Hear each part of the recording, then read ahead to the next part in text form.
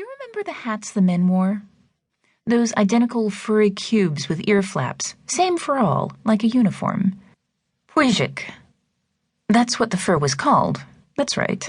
Herds of silently black pujiks lined up in military precision on the terrace of Lenin's mausoleum on the 7th of November, and it was invariably pouring, as if the whole universe were in mourning, while stressed-out column organizers barked at the marchers like guard dogs at chain gangs, because the columns were to pass in front of the mausoleum without umbrellas, bareheaded in the rain or snow, so as not to spoil the picture on TV. Not that we had color TVs. Our national manufacturers hadn't quite overtaken the West on that front yet. But you protest.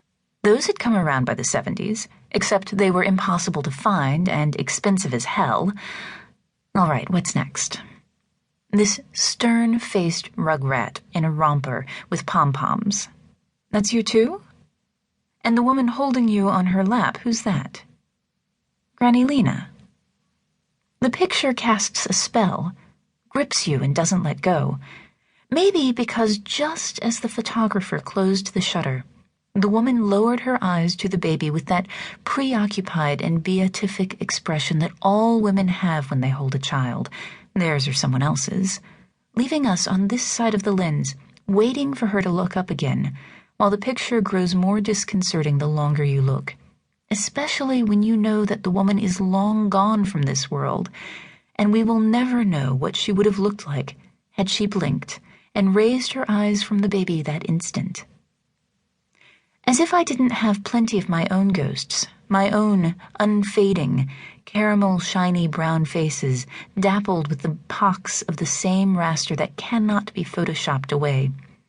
Pictures that when scanned lose their soul, like poems translated from one language to another, looking dreadfully pitiful on screen, as if they'd been pulled out of the water and hung to dry on an invisible wire. Raised from the bottom of the sea, one could say, the phrase calling up a subconscious habit of perception. There they were, buried under silt and water, and we found them and brought them back to light, like it's some great favor or something. Where exactly does it come from, I'd like to know, this ineradicable attitude of superiority toward the past, this stubbornly dumb, can't kill it with an axe conviction that we, the now, critically and categorically know better than they, the past? Is it from the mere fact that their future is known to us, that we know what happens? Nothing good. It's much the way we treat small children, pedantic and permissive at the same time. And we always think of the people of the past, just as we do of children, as being naive in everything from their clothes and hairstyles to their thoughts and feelings, even when those people are our own family, or rather had been once. What are you thinking about? I don't know. Us, I guess. This is the difference between a marriage and all other, however volcanically eruptive, affairs and flings, this obligatory exchange of ghosts. Your dead become mine, and vice versa. The list of names submitted for All Souls' Mass grows longer, as always. There is Anatoly, Ludmila, Odarka, Alexander, Fedor, and Tetiana.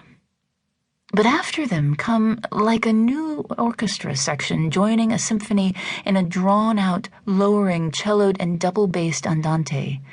Apollinaria, Stefania, Ambrosie, Volodymyra. Names that sound as if they belong to a completely different nation. And maybe it was a different nation after all, the one wiped out in 1933 between Kiev and Poltava.